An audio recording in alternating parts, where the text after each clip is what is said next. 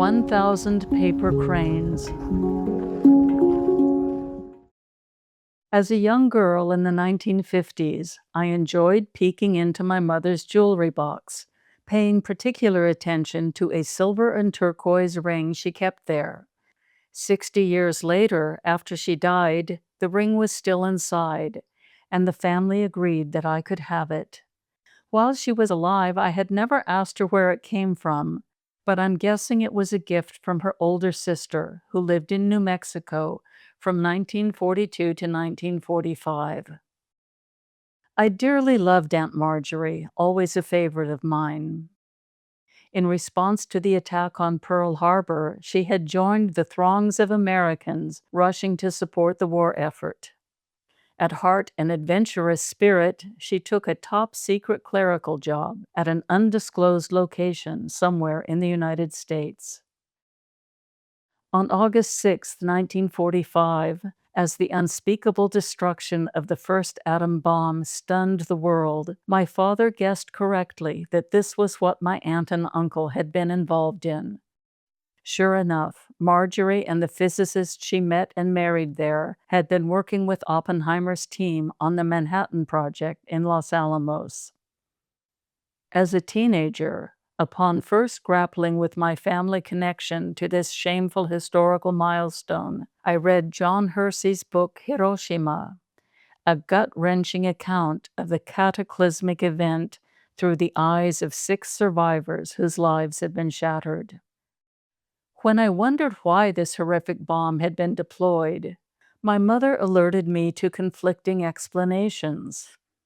The official claim that it was the only way to get Japan to surrender and avoid the U.S. having to launch a massive ground invasion, versus the more credible assertion, backed by the historical record, that Japan was already prepared to surrender prior to Hiroshima, as long as it could maintain its emperor system, which the U.S. denied before the bombing, but allowed after the war. Hence, the bombings were unjustified both on military and moral grounds. In his book, The Decision to Use the Atomic Bomb, Gar Alperovitz thoroughly documents this assertion, adding that the most likely rationale motivating Truman and his advisors was a desire to send an ominous message to the Soviet Union, our heretofore ally, but soon to be characterized as our mortal enemy. At a 2005 peace vigil calling for the elimination of nuclear weapons and commemorating 60 years since the bombings of Hiroshima and Nagasaki, I learned how to fold origami cranes after hearing the legend about how folding 1,000 of them would make one's wish come true. As the 80th anniversary of these 2 crimes against humanity approached, I decided to travel to Japan, heading straight to Hiroshima as my first stop to deliver the 1,000 paper cranes I had folded over the previous 9 months. Visiting Hiroshima was a sobering experience full of contrasts. Now a bustling and vibrant modern city, the expansive Peace Memorial Park in its heart provides space for deep reflection, with gardens, fountains, and a plethora of monuments dedicated to the memory of lives lost on that fateful August day, as well as its aftermath of disease and death from radiation. The adjacent Hiroshima Peace Memorial Museum displays grim documentation of the bomb's destruction. Survivors' simple drawings evoking the day's horrors gripped me even more than the disturbing photographs. While the entire city center was leveled by fires and heat from the nuclear blast, the ruined shell of a building, now referred to as the Atomic Bomb Dome, has been preserved as both a grim reminder of past atrocities and as an admonition to never again subject anyone to this weapon of mass destruction. In the middle of the park, one finds the Children's Peace Monument, an upward-reaching sculpture above a solemn bell, surrounded by several booths, each filled with donated chains of origami peace cranes in kaleidoscopic bursts of color, evincing the fervent hope for a brighter and more peaceful future.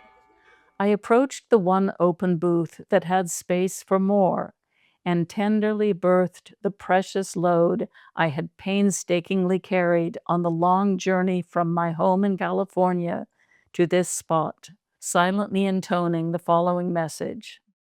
Coming to you in the spirit of friendship, I present these 1,000 paper cranes as an expression of heartfelt apology that my country, the United States, inflicted the horrors of the first atomic bomb on the people of Hiroshima and 3 days later on the people of Nagasaki, nearly 80 years ago. My 1,000 cranes were no longer mine as I added them to the bountiful collection given by countless others, compounding my wish with theirs in humility and respect so as to augment the collective desired outcome. A few days later, the joyful exuberance of Japanese youth at a local community festival captured the spirit of my wish for the future, namely a world free of all nuclear weapons, a world without war, a world where people and nations resolve their conflicts peacefully, a world where, echoing the words of Dr. Martin Luther King, people will not take necessities from the many to give luxuries to the few, a world where people can celebrate together and collaborate to share the earth's abundance with all members of the human family.